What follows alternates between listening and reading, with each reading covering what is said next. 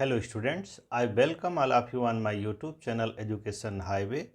Today we are going to read a new lesson of prose section from Flamingo book. It is taught in 12th class UP board and CBSE board both. The name of the lesson, Last Lesson. Author of the lesson, Alphonse Daudet, was a French novelist and short story writer. The last lesson is set in the days of the Franco Prussia war. France और Prussia में जो वार हुआ था उसके ऊपर ये lesson लिखा गया 1870 से 1871 के बीच में।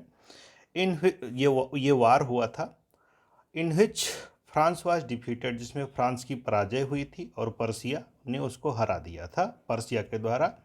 पर्सिया का नेतृत्व कर रहा था बिस्मार्क। पर्सिया अब इस समय कह सकते हैं consisted of what now are the nation of Germany. ये जर्मनी का एक नेशन है, इसको कहा जा सकता है। Poland and part of Austria. Poland जो है वो ऑस्ट्रिया का पार्ट हिस्सा। इन दिस स्टोरी, इस कहानी में हम दो ज़िले हैं, जनपद हैं, जिनको एलेस और लॉरेन कह सकते हैं। इन ज़िलों का नाम आप याद रखिएगा। ये ज़िले जो है फ्रांस जो है हार गया था और ये पर्सिया के अधिकार क्षेत्र में आ गए थे, पर्सिया के हैंड में आ गए थे। आइए स्टोरी पढ़ते हैं।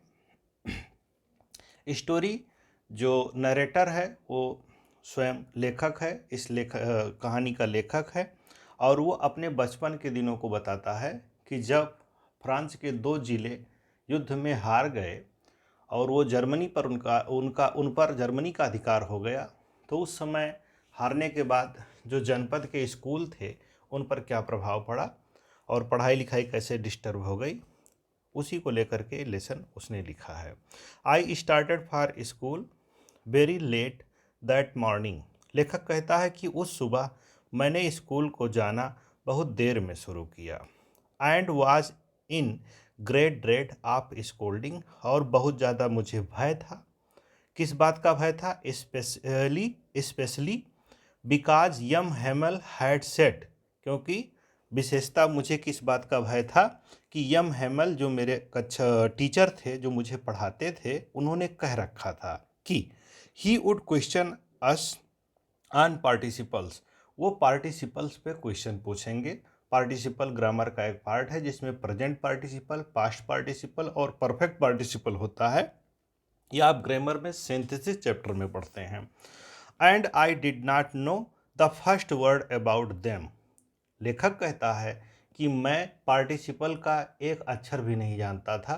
इस बात का मुझे डर था और उस दिन स्कूल जाना मुझे लेट भी हो गया था और ये डर था कि यम हेमल हमें डांटेंगे। अब यहाँ पे देखें, for a moment I thought of, एक क्षण के लिए मैंने सोचा। क्या सोचा? Running away and spending the day out of the doors. मैं ये सोचा कि स्कूल को मैं गोला मार जाऊं, छोड़ दूं, उस दिन ना जाऊं और पूरा दिन कहीं बाहर, स्कूल के बाहर ही बिता लूं, घर भी ना जाऊं ना स्कूल जाऊं। इट वाज सो वार्म, ये बड़ा गर्म दिन था, और सो ब्राइट, तेज धूप थी कह सकते हैं। द बर्ड्स वर चिरपिंग, चिड़िया चहचहा रही थी। At the edge of the woods, जंगल के किनारे, पेड़ के किनारे चिड़ियों की चहचहाहट थी। इन द ओपन फील्ड, और जो खुले मैदान थे, बैक ऑफ द स्वामिल, स्वामिल क्षेत्र एक नाम है, एक एरिया कह सकते हैं, उसके पीछे, स्वामिल के पीछे जो है, the Persian soldiers were drilling. Persian soldier कोई चीज़ की खुदाई कर रहे थे, ड्रिल कर रहे थे। It was all much more tempting than the rule for participles, और यह बड़ा ही कठिन कह सकते, ये सोच के बड़ा डर लगता था कि जो पार्टिसिपल्स के रूल हैं वो अभी अध्यापक हमसे सुनेंगे तो मैं गोला मार जाता हूँ, स्कूल नहीं जाता हूँ। But I had the strength to resist and hurried of the school. लेकिन फिर मैंने हिम्मत जुटाई और स्कूल के लिए तेज़ी से भागा, स्कूल के लिए चल दिया। यहाँ से देखेंगे, when I passed the town, जब मैं कस्बे से गुजर रहा था, टाउन हॉल से गुजर रहा था, there was a crowd in front of the bulletin board. एक भीड़ लगी हुई थी किसके सामने? Bulletin board. वहाँ पर एक बोर्ड था जो समाचार कह सकते हैं पट था, उस पर सारी ताज़ा तरीन घटनाएं न्यूज जो है वहाँ पर लिख दी जाती थी, तो वहाँ पर बहुत बड़ी भीड़ थी। For the last 2 years all our bad news had come from there. पिछले 2 साल से जितने भी दुखद समाचार थे इसी बोर्ड के माध्यम से लोगों को मिल रहे थे, यहाँ पर नोट कर दिए जाते थे। The last battles of the draft, जो आखिरी युद्ध हुआ, the order of the commanding officer. Last battle जब ड्राफ्ट हुआ तो कमांडिंग ऑफिसर का एक आर्डर था। वो क्या आर्डर था? आई थाट, मैंने सोचा, to myself without stopping, मैंने सोचा कि मैं बिना स्टॉप किए ही आगे बढ़ता जाऊं। समझेंगे कि जो नोटिस बोर्ड पर या न्यूज़ बोर्ड पर जो समाचार लिखा हुआ था वो कमांडिंग ऑफिसर का कोई आर्डर था, उसको लोग पढ़ रहे थे, पर मैं वहाँ नहीं रुका, मैं सीधे चलता गया। What can be the matter now, यहाँ पर क्या मैटर हो सकता है, क्यों भीड़ लगी है, इस पर मैंने विचार नहीं किया, मैं आगे बढ़ गया कह सकते हैं। Then as I hurried by the as fast as I could go, फिर मैंने उतनी जल्दबाजी दिखाई जितना जल्दी मैं जा सकता था स्कूल को। द ब्लैक स्मिथ, एक लुहार मुझे मिला। ब्लैक स्मिथ मीन्स लुहार, जिसका नाम क्या था? वास्चर। वास्चर हु वाज दियर, वो भी वहाँ पर न्यूज पढ़ रहा था। विथ हिज अप्रेंटिक्स, अपने नौसिखिए लुहार के साथ कह सकते हैं। अप्रेंटिक्स एक लर्नर के साथ जो न्यूज पढ़ रहा था। रीडिंग द बुलेटिन, वो भी बोर्ड के सामने खड़ा होकर के समाचार पढ़ रहा था। कॉल्ड आफ्टर मी, मेरे पीछे से उसने आवाज़ लगाई। क्या कहा? Do not go so fast but you will get to your school in plenty of time, आप इतनी तेज मत जाएं कि गिर जाएं, आपको स्कूल पहुंचने के लिए अभी पर्याप्त समय है, काफ़ी टाइम है, स्कूल समय से पहुंच सकते हैं, तो इतनी तेज न चलें कि चोट लग जाए। लुहार ने लेखक से कहा। लेखक एक छोटा बच्चा होता है, उस समय की बात है। I thought he was making fun of me, लेखक कहता है कि मैंने सोचा कि वो मेरा मजाक उड़ा रहा था। And I reached M Hamel's little garden all out of breath, मैं हांफते हुए, आउट ऑफ ब्रेथ होते हुए एम हेमल के लिटिल गार्डन में पहुंच गया। As usually when the school began, वास्तव में मतलब स्वभावतः जब स्कूल शुरू होता था, दियर वाज अ ग्रेट बस्टल, तो वहाँ पर काफ़ी नॉइज होती थी। बस्टल मीन्स नॉइज होती थी। Which could be heard out in the street, जिसको गलियों में सुना जा सकता था। The opening and closing of desk, ठीक है, ओपनिंग और क्लोजिंग ऑफ डेस्क की आवाज़ होती थी। लेसन रिपीटेड होते थे। In union very loud with our hand over our ears to understand better, हमारे जो हाथ होते थे वो हमारे कान पे होते थे कि हम लोग जो लेसन पढ़ाया जाता है उसको अच्छे से समझ सकें। और आवाज़ किस लिए होती थी? क्लोजिंग एंड ओपनिंग डेस्क की आवाज़ होती थी, लेसन को रिपीट करने की आवाज़ होती थी। सब लोग, सभी बच्चे स्कूल में साथ साथ पढ़ते थे, साथ साथ रिपीट करते थे, दोहराते थे पाठ को। And the teachers great ruler rapping on the table, और जो एम हेमल टीचर होते थे, उनका जो डंडा होता है, मतलब रूल होता है, वो टेबल पे रहता था, उस पर वो टेबल पे आवाज़ करते थे उससे कंट्रोल करने के लिए। But now it was all so still, लेकिन आज ऐसा नहीं था। आज क्या था? सब कुछ शांत था। I had counted on the commotion, लेखक कहता है कि मैं कमोशन को ध्यान में रखते हुए, कमोशन मतलब होता है हलचल या शोर को ध्यान में रखते हुए, to get to my desk without being seen, प्रत्येक दिन बिना देखे जाए, मतलब मुझे एच हेमल देख भी नहीं पाते थे, आवाज़ के बीच से मैं गुजर करके, निकल करके धीरे से अपनी डेस्क पे बैठ जाया करता था। पर आज ऐसा नहीं था, आज सब कुछ शांत था। ये अपने पिछले दिनों की बात बताते हैं कि जब इतनी शोर शराबा होती थी तो मैं अपने डेस्क पर आराम से बैठ जाया करता था। उसी आवाज़ में मुझे एच हेमल जान नहीं पाते थे कि मैं लेट आया हूँ या जल्दी आया हूँ। बट ऑफ कोर्स, लेकिन वास्तव में that day everything had to be as quiet as Sunday morning, लेकिन उस दिन प्रत्येक चीज़ इतनी शांत थी जितनी शांति स्कूल में संडे की सुबह में होती है। थ्रो द विंडो, विंडो से आई सा माई क्लासमेट, मैंने खिड़की से मैंने अपने क्लासमेट्स को देखा। ऑलरेडी इन दियर प्लेसेस, वो हमेशा अपने स्थान पर पहले से ही बैठे थे। And M Hamel walking up and down with his terrible iron ruler under his arm. और एच हेमेल जो अध्यापक जो पढ़ाते थे, इंग्लिश पढ़ाते थे, वो अप एंड डाउन हो रहे थे, मतलब आगे पीछे चल रहे थे, लेफ्ट राइट कर रहे थे। और उनका जो आयरन रूलर था, जो उनकी लोहे की स्केल थी जिससे वो मारते थे पढ़ाते समय, या डंडा था, ठीक है, वो उनकी बाहों में, मतलब उनकी उनकी काख में दबा हुआ था। I had to open the door, मुझे दरवाज़ा खोलना पड़ा था। And go in before everybody you, और जो सब लोग क्लास में बैठे थे ना, उन्हीं के सामने मुझे अंदर जाना पड़ा था। Can imagine now I blushed and how frightened. अब आप यहाँ पर सोच सकते हैं कि ऐसा करने के लिए मैं कितना डरा हुआ था और कितना कंपित था, कांप रहा था।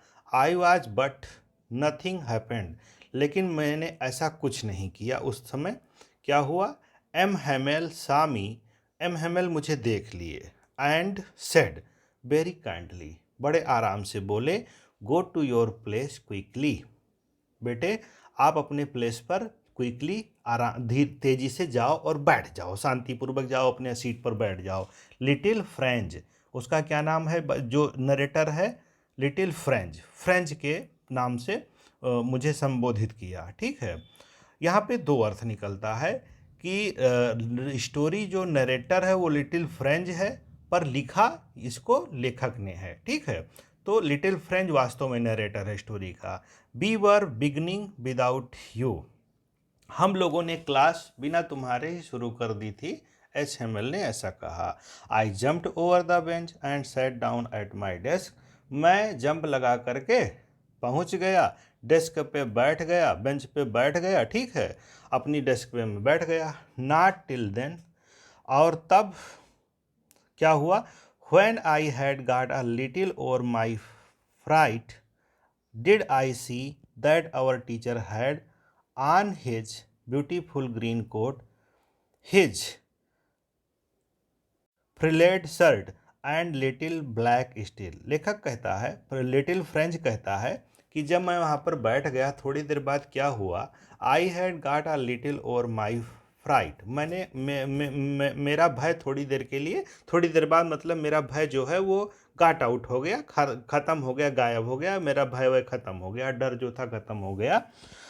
डिड आई सी, अब मैं ये क्या देखता हूँ कि our teacher had on his beautiful green coat, हमारे जो अध्यापक हैं वो सुंदर हरी भरी कोट पहन के आए हैं। हिज फ्रिलेडिस्ट frilled shirt and little black silk, उनकी जो शर्ट है वह क्या है? ब्लैक सिल्क उस पर है, और उसको वो पहन करके आए हुए हैं। और कैप उन्होंने पहन रखी है, ऑल एम्ब्रॉयडर्ड, और उस पर खूब ज़्यादा कढ़ाई की गई है, अच्छे से कढ़ाई भी की हुई है। That he never more expect on inspection and prize day, ये तभी ये सब कपड़े पहनते थे जो एम हेमल जी हैं, जब इनको प्राइज डे होता था, मतलब कोई इनाम वगैरह देना होता था या एनुअल फंक्शन होता था तब पहनते थे, या और कोई विशेष अवसर पर ही ऐसे वस्त्र वो पहन करके स्कूल में आते थे। बिसाइड्स, के अतिरिक्त, the whole school seemed so strange and solemn, पूरा स्कूल, इसके अतिरिक्त वहाँ पर और क्या विचित्र बात थी कि पूरा स्कूल और एटमॉस्फेयर जो है वो कम्प्लीटली शांत था, ठीक है। But the thing that surprised me, और एक चीज़ जो मुझे आश्चर्य कर रही थी, मोस्ट वाज टू सी, जिसको देख करके आश्चर्य हो रहा था, on the back benches that were always empty, जो बैक बेंचेज है जो हमेशा इम्पटी होती थी, मतलब पीछे की सीट जो हमेशा खाली होती थी वो भरी हुई थी, उस पर कौन बैठे थे? द विलेज पीपल, गांव के लोग आकर के बैठे हुए थे, सिटिंग क्वाइटली, सब शांति से बैठे थे, लाइक आवर सेल्व्स, हमारे अतिरिक्त बाकी सब शांत थे। ओल्ड, उसमें कौन कौन थे? ओल्ड हाउसर था, ये नाम है या उपनाम कह सकते हैं, विथ हिज 3 कॉर्नर्ड हैट, उसके पास जो कैप तो वो पहन क्या रखा था? 3 कोने वाली टोपी पहने हुए ओल्ड हाउसर बैठा हुआ था।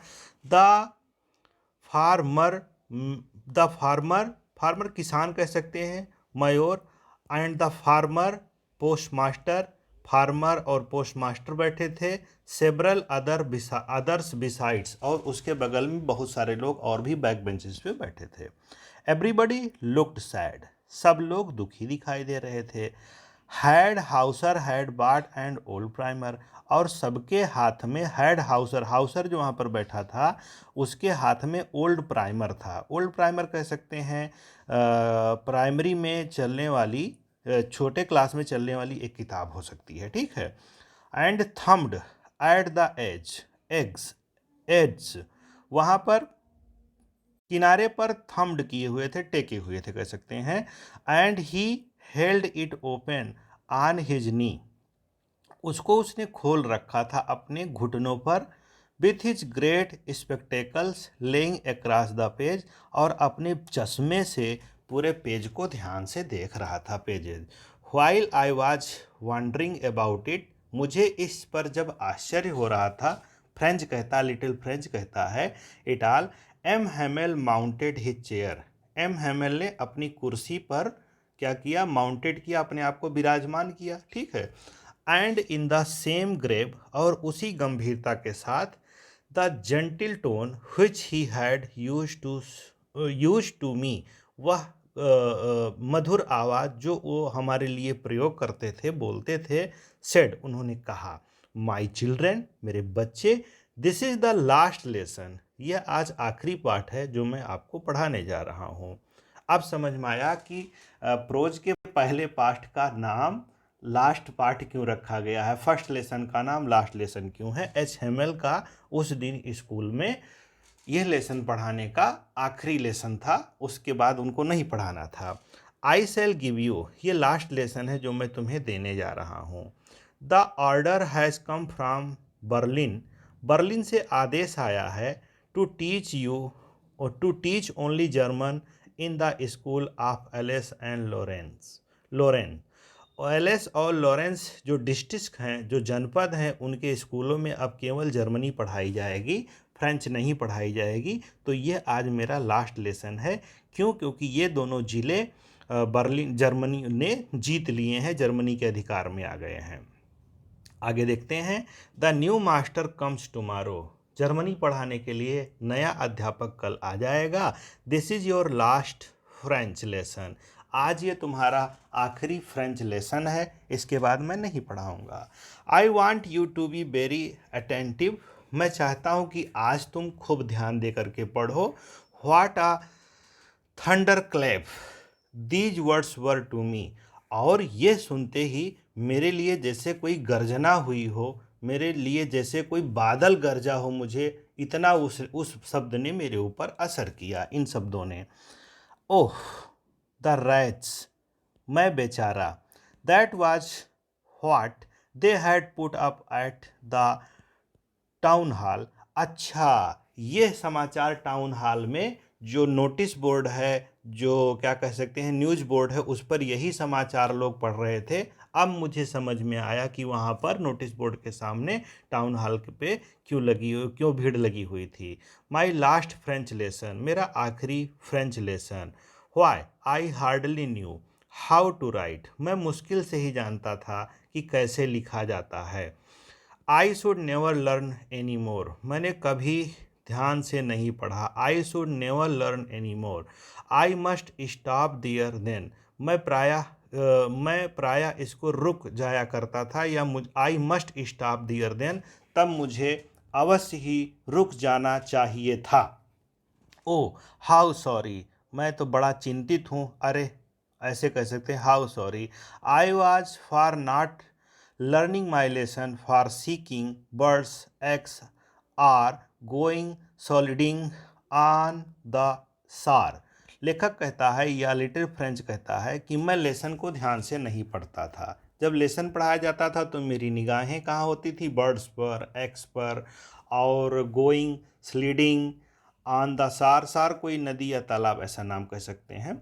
माई बुक्स दैट हैंड, और जो किताब हमारे पास होती थी, मेरे पास थी, सीम्ड सच अ न्यूसेंस व्हाइल एगो, कुछ समय पहले जो एक बेकार की चीज़ लगती थी, सो हैवी टू कैरी, और जिसको लाना भी बड़ा भारी लगता था। माई ग्रामर, मेरे ग्रामर की book, and my history of cents, और इतिहास की बुक जो सेंट्स पर लिखी हुई थी, वर ओल्ड फ्रेंड्स नाउ, ये सब हमारे पुराने मित्र हो चुके थे। अब उनकी बात सुन करके, मतलब लेखक लिटिल फ्रेंच कहता है कि एच हेमल का वो डायलॉग सुन करके अब ये जो किताबें बेकार लगती थीं, जो हमारा मन पढ़ाई में नहीं लगता था, हम बर्ड्स है, एक्स है या अन्य चीज़ों में हम अपना दिमाग लगाते थे, वो अब सब भूल गया और किताबें हमारे लिए अब ओल्ड फ्रेंड्स हो गई। ठीक है। That I could not give up, जिनको मैं नहीं छोड़ सकता था। And M Hamel to, M Hemal भी नहीं छोड़ सकते थे। The idea that he was going away, यह विचार सुन करके कि वो स्कूल छोड़ के जा रहे हैं, that I should never see him again, made me forget all about his ruler and how cranky he was. ये सारी चीज़ें मुझे ये सोच करके वो सारी चीज़ें मैं भूल गया कि अब वो मुझे दोबारा नहीं मिलेंगे। आई should never see him again, वो मुझे दोबारा अब नहीं दिखाई देंगे। इन चीज़ों ने मुझे तैयार कर दिया, बना दिया, या मेरे विचार बदल दिए। मैं सब कुछ भूल गया कि वो कितने कर्कश थे, कितने गुस्सैल थे, कैसे मारते थे, उनका रूल या उनका सन की नेचर, ये सब मैं भूल गया। पुअर मैन, मतलब बेचारे H Hamel. It was in honour honour of this last lesson, यह लेसन आखिरी लेसन है उनके सम्मान में।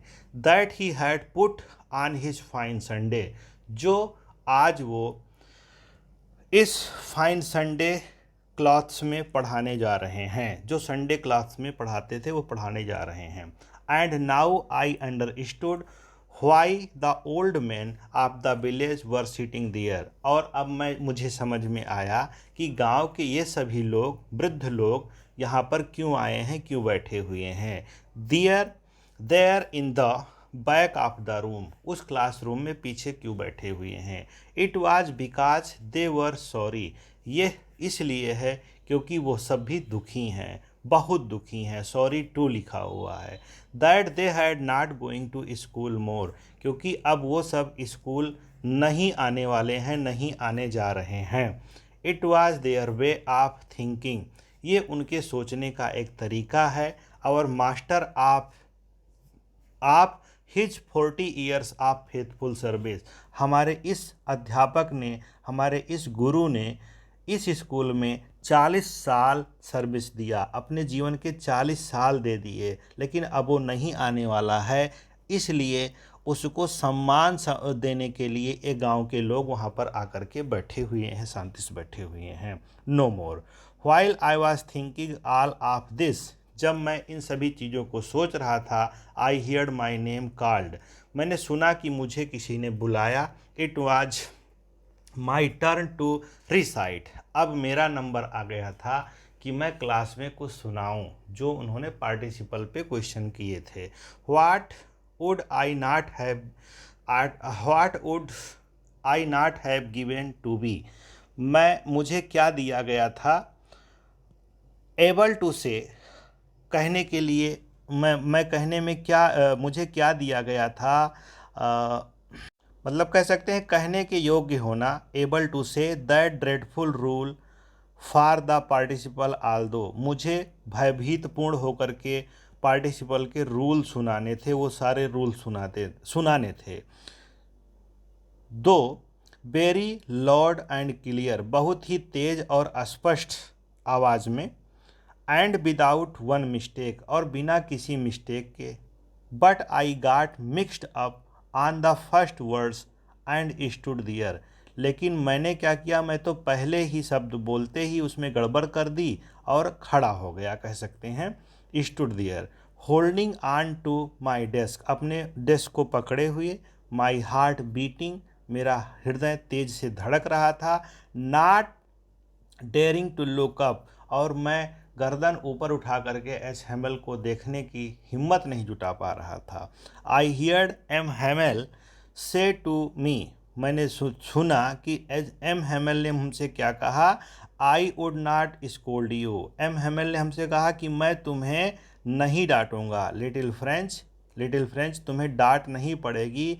You must feel bad enough, तुम वैसे ही बड़ा बुरा फील कर रहे हो, तुम्हें बेकार लग रहा है, तुम अपने आप को गिल्टी मान रहे हो और पश्चाताप कर रहे हो, इसलिए अब मैं तुम्हें नहीं डांटूंगा। सी हाउ इट इज, अब देखो ये कैसे है। Every day we have said to our self, वाह, प्रत्येक दिन हम स्वयं से ये कहते थे, क्या कहते थे, वाह, we have plenty of time. Little French कहता है कि हम प्रत्येक दिन ये सोचते थे कि हमारे पास तो खूब समय है, हम जब चाहेंगे पढ़ लेंगे। I shall learn it tomorrow, इसको कल पढ़ लेंगे। And now you see where we have come out, और अब तुम देख सकते हो कि हम कहाँ निकल के आ गए। That's a great trouble with Alsace, अब एलिस के साथ एक महान संकट है, मतलब उस पर अब जर्मन का शासन है। She puts off learning till tomorrow, उसने इसको कल पढ़ने के लिए टाल दिया। Now these fellows out there will have to right to say to you, those fellows, ओ प्यारे ओ साथियों, out there will be have to right, तुम्हारे पास अधिकार होगा, टू से टू यू, अपने स्वयं से कहने का या उनसे कहने का। हाउ इट इज़, ये कैसे। यू प्रेटेंडेड टू बी फ्रेंचमैन, तुम फ्रेंचमैन के द्वारा अब बोले जाते थे।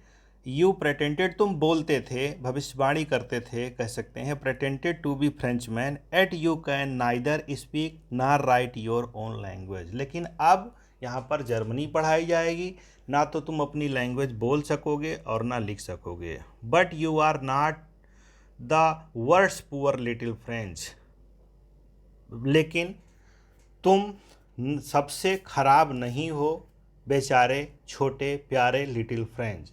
We have all a great deal to reproach our self with, हम लोगों की भी अपनी एक यहाँ पर एक बहुत बड़ी डील या बहुत बड़ा कारनामा है जहाँ तक हम पहुँचे हैं। Your parents were not anxious enough to have, teacher M Hamel कहते हैं कि तुम्हारे पेरेंट्स भी लिटिल फ्रेंच तुम्हारी पढ़ाई को लेके गंभीर नहीं थे।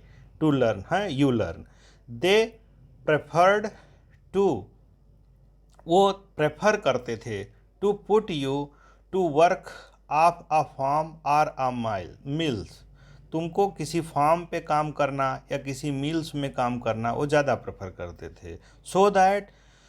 So as to have a little more money, ताकि उनके पास बहुत ज़्यादा थोड़ा सा पैसा हो। And I have been blame also, मैं स्वयं को भी दोषी मान रहा हूँ कि तुम्हें फ्रेंच नहीं सिखा सका, तुम्हारे माता पिता भी दोषी थे, तुम स्वयं दोषी थे। Have I not often send you to water my flowers instead of learning your lesson, कभी कभी मैंने भी तुम्हें लेसन पढ़ने के बजाय अपने पौधों में पानी डालने के लिए बोला, तो ये मेरी भी कमी है, तुम्हें पढ़ाना चाहिए था। And when I wanted to go fishing, और जब मैं स्वयं फिश पकड़ने जाना चाहता था, did I just give you holiday, तभी मैं तुम्हें छुट्टी दे दिया करता था। Then from one thing to another, और ऐसे ही एक चीज़ दूसरी चीज़ तीसरी चीज़ घटनाएं होती गईं और तुम मन लगा के फ्रेंच नहीं पढ़ सके। M Hamel bent on to talk of the French language, F Hamel जो थे, एम हेमेल वो फ्रेंच लैंग्वेज पे बात करते जा रहे थे, बोलते जा रहे थे। That it was the most beautiful language in the world, वो बोल रहे थे कि ये संसार की सबसे सुंदर भाषा है, द क्लियरेस्ट है, द मोस्ट लॉजिकल है, that we must guard it, हमें इसकी हिफाजत करनी चाहिए, गार्ड इट एमंग अस, हमें इसकी हिफाजत करनी चाहिए, अपने में बचा के रखना चाहिए। एंड नेवर फॉरगेट इट, और इस भाषा को भी भुलाना नहीं चाहिए। Because when a people are enslaved, क्योंकि जब किसी को इंस्लेव्ड किया जाता है, दास बनाया जाता है, as long as they hold fast to their language it, उनको जितना ज़्यादा हो सके अपने लैंग्वेज को, they hold fast their language, उनको अपनी भाषा को बचा के रखना चाहिए जब किसी को दास कोई बना ले। It is as if they had the key to their prison, क्योंकि यह उनके लिए, उनके प्रिजन के लिए एक की है, उनकी दास्ता के लिए एक चाबी है।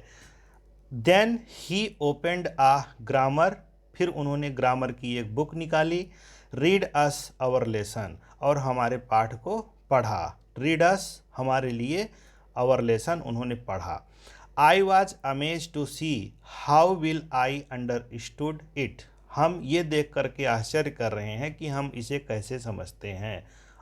All he said seemed too easy, वो जितने आसानी से जो कुछ कह रहे थे बहुत ही आसान था, बहुत ही अच्छा, वो जो कुछ कह रहे थे बड़ा आसान लग रहा था। आई थिंक टू, जैसा कि मैं सोचता हूँ, that I had never लिसेंड so carefully and that he had never explained, ना तो मैंने इतने ध्यान से कभी क्लास में पहले पढ़ा था और ना उन्होंने ही इतने अच्छे से पहले कभी पढ़ाया था। Everything with so much patience, प्रत्येक चीज़ें बड़े धैर्य के साथ थीं। It seemed almost as if the poor man wanted to give us all he knew before going away, ऐसा लग रहा था कि एम हेमेल वो सारा ज्ञान हम लोगों को उड़ेल देना चाहते हैं, दे देना चाहते हैं, जो कुछ उनके पास है उसी दिन सबको दे देना चाहते हैं। And to put it all into our heads at one stroke, ऐसा लग रहा था कि पूरा ज्ञान हमारे हेड में स्टोर कर देना चाहते हैं। आफ्टर ग्रामर, ग्रामर के बाद, we had a lesson in writing, हम लोगों को लिखने का एक लेसन दिया गया।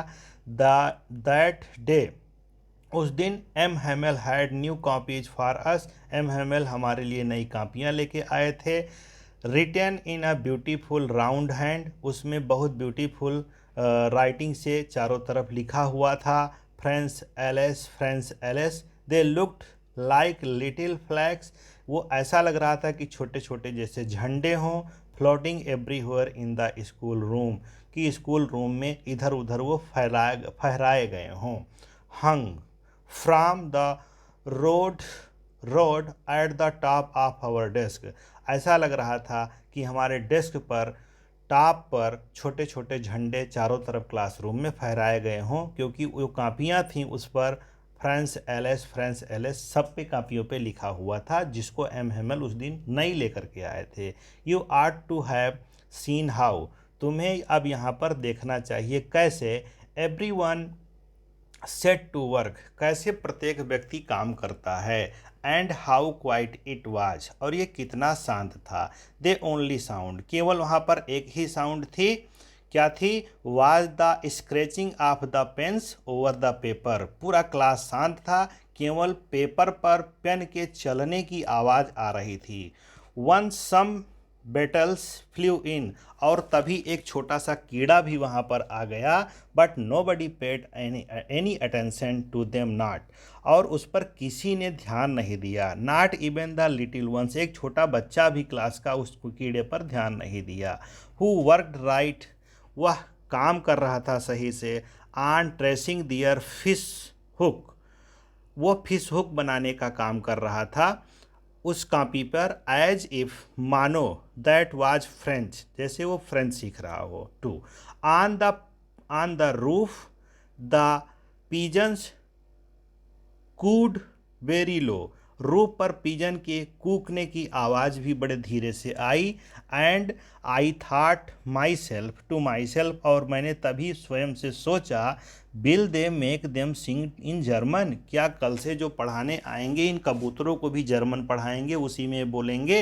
Even the pigeon, when ever I looked up my writing, जब मैंने अपनी राइटिंग को देखा। When ever I looked up from my writing, जब मैंने ऊपर की तरफ अपना लिखते समय देखा, उस समय मैंने क्या देखा, I saw M Hamel sitting motionless in his chair, मैंने देखा कि एम हेमेल बिल्कुल बिना बोले कुछ अपनी चेयर पे बैठे हुए हैं। एंड गेजिंग और देख रहे हैं, घूर रहे हैं, निहार रहे हैं। First at one things, first से लेके फर्स्ट वन थिंग क्या निहार रहे हैं, देन एन अदर, एक दो तीन चार सारी चीज़ों को ध्यान से देख रहे हैं।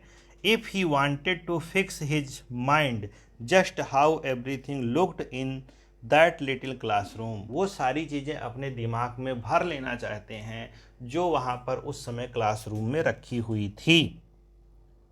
फैंसी, कल्पना करिए, for 40 years he had been there in the same place, 40 साल से वह एम हेमल जी इस स्कूल में इसी स्थान पर हैं।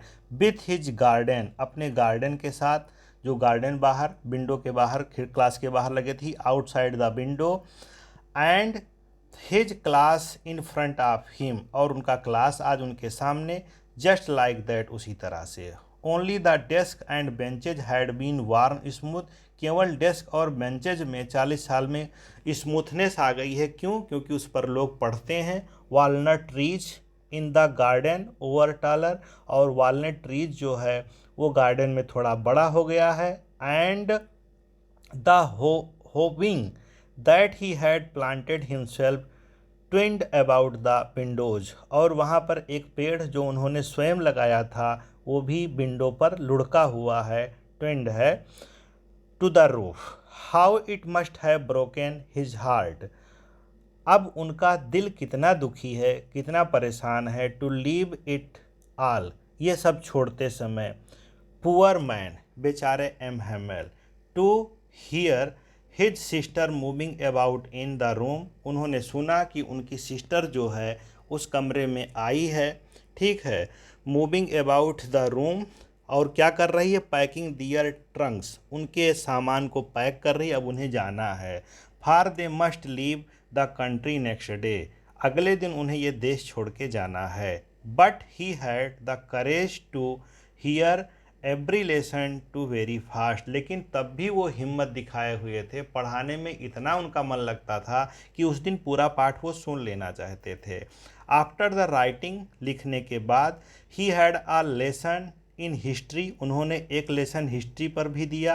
And then the babies chanted there, और वहाँ पर एक फिर बेबी बोला, वो बेबी क्या बोलता है, छोटे बच्चे जैसे बोलते हैं, ba bi ba be bi bu, down their.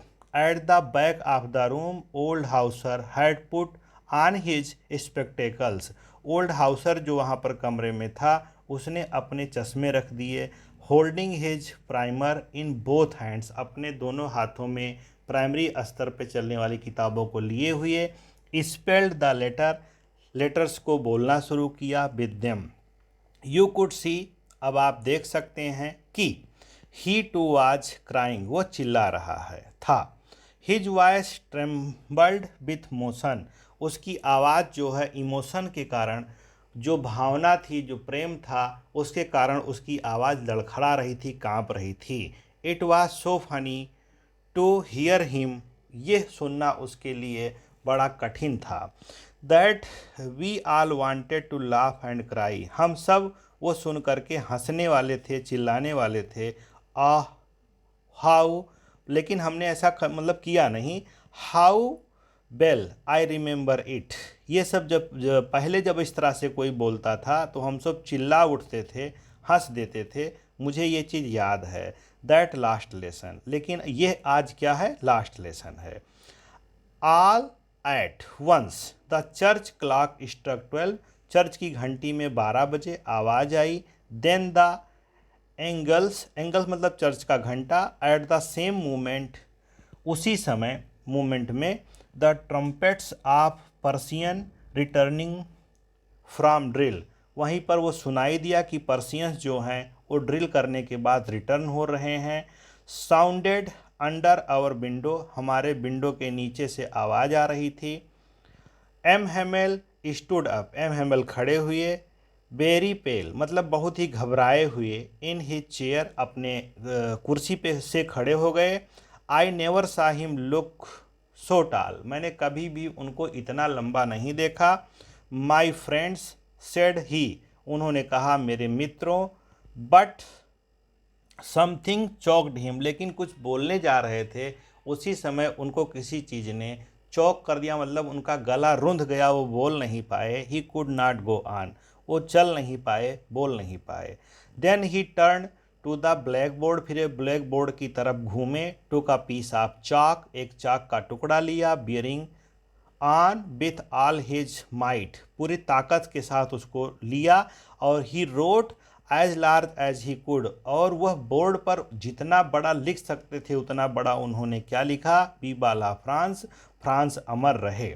Then he stopped, फिर वो रुक गए। Leaned his head against the wall, अपने हेड को दीवार की तरफ झुका करके वहाँ पे खड़े हो गए। एंड विदाउट अ वर्ड, बिना कुछ बोले, ही मेड अ गेस्चर, उन्होंने चारों कमरे का चारों तरफ से निरीक्षण किया, पुनः एक दृष्टि दौड़ाई।